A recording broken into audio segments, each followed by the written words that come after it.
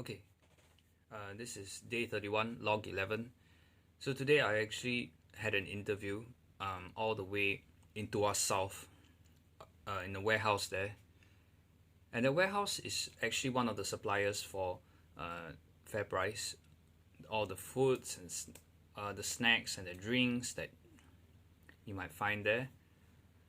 And they're commanding a salary of around 1.9 to 2K, as I learned during the interview.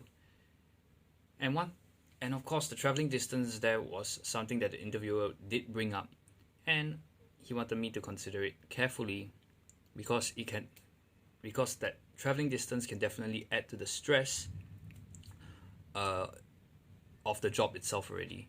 And he's right. He's definitely right on that count. Apart from that, I think it's also, of course, obviously, if you have to travel longer distances, you got to wake up earlier, to get there on time. And for a full time office hour job, that obviously when we talk about office hours, it's 8:30 or 8 to maybe 9. The starting time is around there, and then you end around 5 or 6. And at the same time, because OT is often required, which means you got to work maybe about 2 or 3 hours past the official ending of office hours, which is 6 p.m. So we're talking about 8 or 9 o'clock. It's going to be really grueling. I'm not gonna lie. The contract jobs that I did so far, there were probably a few times, maybe there were a few times where I had to, I had to maybe stay back a while longer to deal with the demand and all that kind of stuff. But turns out it's just a fraction. It's just that small fraction of what the interviewer was mentioning here. So essentially, what I'm saying is, maybe for contract, I was maybe doing 1 month or so, and I only had to OT for a few days. So because the volume wasn't a lot. But here we're talking about a warehouse that more often than not is possibly short on people, short on manpower, and at the same time, the demands is pretty high. Still to keep, or maybe still to keep the same amount of demand, but with uh, less manpower, and of course, that would mean increasing the number of hours required to work or to get the job done. And of course, what this does is that it can sort of scare away potential candidates who might want to look for warehousing jobs, because it's going to be lots of grueling hours put into there, and it's going to be very xiong. Okay, not gonna lie, it can be very xiong, and we're talking about at least maybe 2 to 3 days a week of OT. And combining that with part-time studies, I don't think it's a really good idea. It may not even be ideal.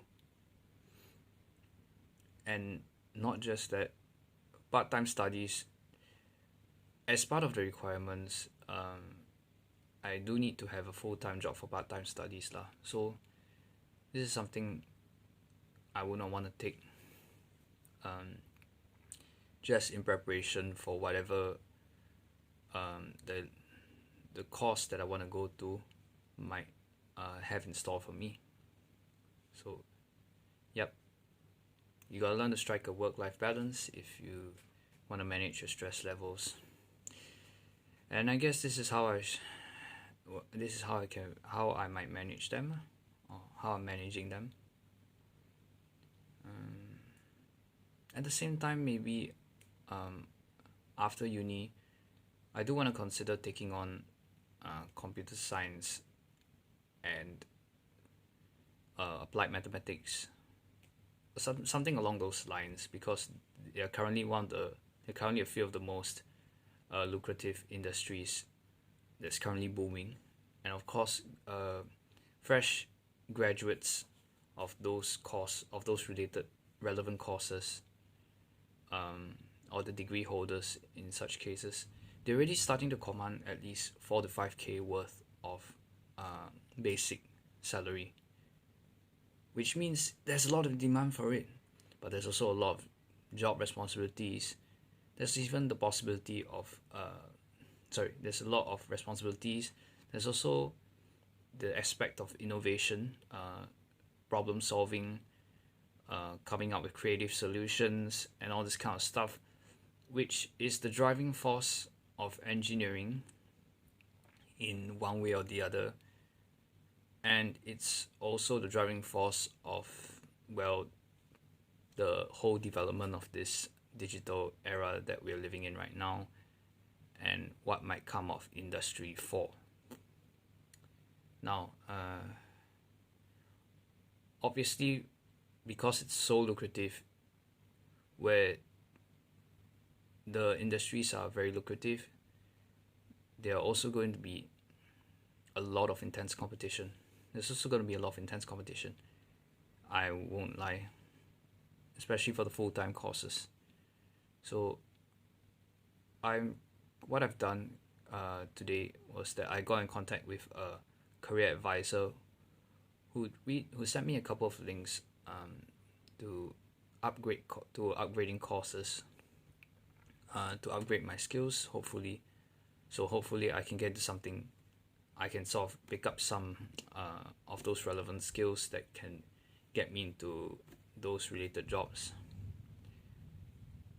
Because I do think it's relevant. I do think that it's something I can try to go along with, to make a living out of it, and maybe propel myself to have career progressions. Now, it's not the only option, but it's probably the most lucrative option that's currently out there, obviously. Of course, I have considered other warehousing jobs, job offers, other warehousing job posts, descriptions. Some of them just don't offer as much, but I think also the responsibilities are much less, so it's easier to just keep at the tasks seemingly, or those seemingly menial. But it also gives time for you just have low mental occupation, so to say, so that it's not too overloading. You don't run the risk of mental overload too much. It also gives you some space to think about, some space in your head to think about other things that you can achieve, and also at the same time, or you can also use that space to think about how we can improve ourselves, look to the next place and stuff like that. Although it may be risky, although not really recommended to just to do that lah. Maybe it's better if you just commit to one job, you just try to stick with it all the way. If you stick to one industry or a particular company, just stick with it all the way and try to climb your way up the ladder, if possible. Or commit to contributing to the company as much as you can. And I think if it's even possible to have a career progression, so that one, have to work with the relevant or relative superiors and directors, bosses, get on their good sides and stuff like that, then maybe there'll be a chance. Otherwise, it's just as good as getting yourself kicked out and having to find or restart everything all over again, and then you lose more time that you can't get back. Yep. I don't know. It's just kind of crazy that whenever I go around and I talk about what's my current situation, job situation, now that I've left uh, a previous company, where I was a QA engineer, and I was really commanding 2.5 as a basic. Some of my friends are just around there, and they're just some of my friends, they see me and they say, "Well, you're 25 and you're still very young." To be honest, I don't really agree with that because mentally I don't feel that way. Maybe it's just because I don't think the same way as other people, and that could be partially due to my autism. But truth be told, I think it is quite relative also lah. Some employers, if they see my resume and they see that I'm 25, they may not think the same way, and they're like, I don't know what you're gonna do with now that you're 25.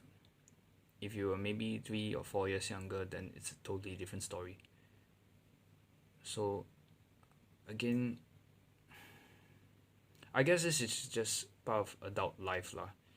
You're gonna see people from all different walks of life. Some of the older generation where they believe that if you stick with one company, you stick with it for the rest of your life, and you really prioritize discipline, professionalism.